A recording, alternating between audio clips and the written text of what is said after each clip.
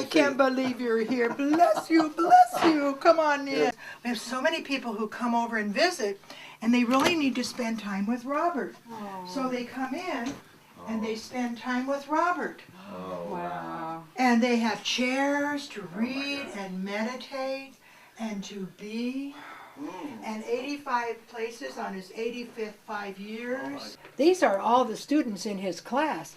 None of them lived through World War II. He was the only one, and he said, if I was the one chosen to not be killed in World War II, I have a purpose.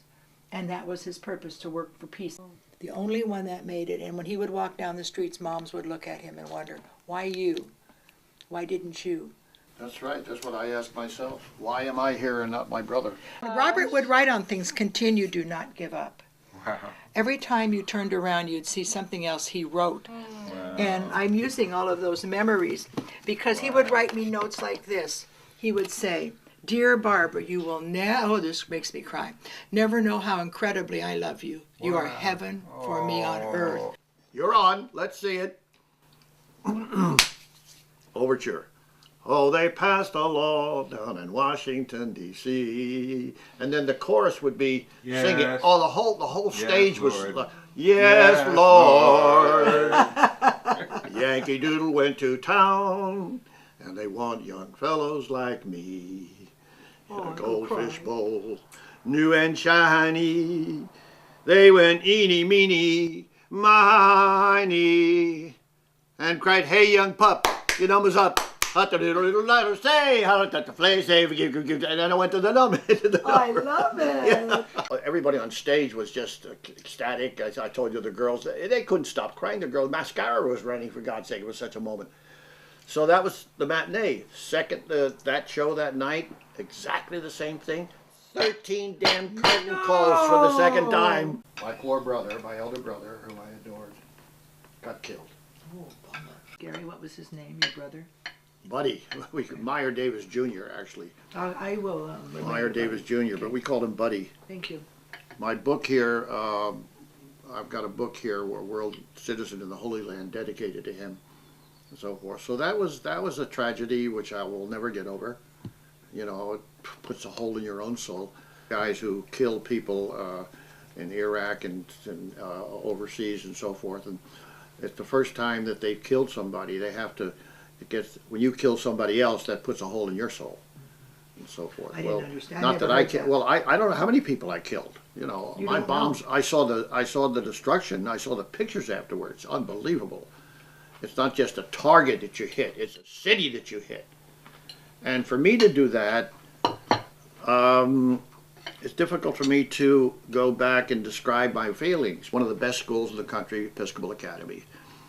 And nothing that I learned in that school taught me how to deal with what I was doing. And I looked around, and people were still partying. I went back to show business, but it wasn't the same. I was in a show after the war with Ray Bolger, Free to Make Ready. But I was a changed person. Everybody knew it. Garry isn't funny anymore. And I was really introspective, you know, I was going into myself and trying to find out, Jesus, what is my role now? What's the bigger role, etc. And that led me to, a lot of people were doing the same search after World War II. There was a tremendous period between 45 and 50 where everybody was asking these questions. War is a kind of a nightmare, and after the nightmare, people say, you know, I got to wake up now, and we got to stop it. The only problem was the wars didn't stop, but the Cold War started between the United States and the Soviet Union. And the second big problem was the weaponry became total. The weaponry was now absolute. Devastating. We entered the nuclear age. And so all these things are, you know, milling around in my mind. And then books came out like The Anatomy of Peace by Emory Reeves, remember? And other books. Norman Cousins was writing books, and the Saturday Review of Literature was saying world government and the United World Federalists and all this jazz and so forth. And it was a turmoil in my mind. What am I doing now? You know, I'm making money. I could still be in show business. I can always get a job. Beatrice Lilly, Inside USA, the biggest show on Broadway in '47, and they hired me out of 200 people, and I couldn't do it. I couldn't do it. I said, what am I doing? I'm going into another show, and the goddamn, you know, Berlin airlift is on. And the third day of rehearsal, I told the Horace Schmidlap, I said, Horace, I can't be in your show. He looked at me like I was crazy.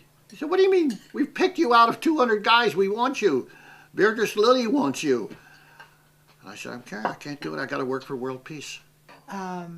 My grandfather didn't believe in war, as you heard me say earlier. My husband, Robert Muller, was asked at the United Nations, what are you doing here, young man? I've come to work for peace. Oh, what a pity. There's no such thing as a peacemaker. It's as bad as you saying, oh, what a pity. There's no such thing as a world citizen. World citizen, right. And so Robert said, why do you say that? He said, well, the United Nations is only going to be here a few more years and it will disappear. And you know, whenever we met and we talked about the United Nations, he always talked about his goal, which was to have everybody become united and we'd be all world citizens. And I realize that now you're about to start a movie on your life as an inspiring moment for others who may have a dream, and don't give up on that dream. And I'm so excited about, in 1949, that here you are, Garry Davis spreads in Europe, allowing people to understand the citizen of the world rouses that great longing for peace. I mean, this moment is very historical to me. And I'm hoping that people who understand the value of an idea and the action behind it to make it a reality will someday want to say, Garry, I want to be part of that dream, and here's my $1 million.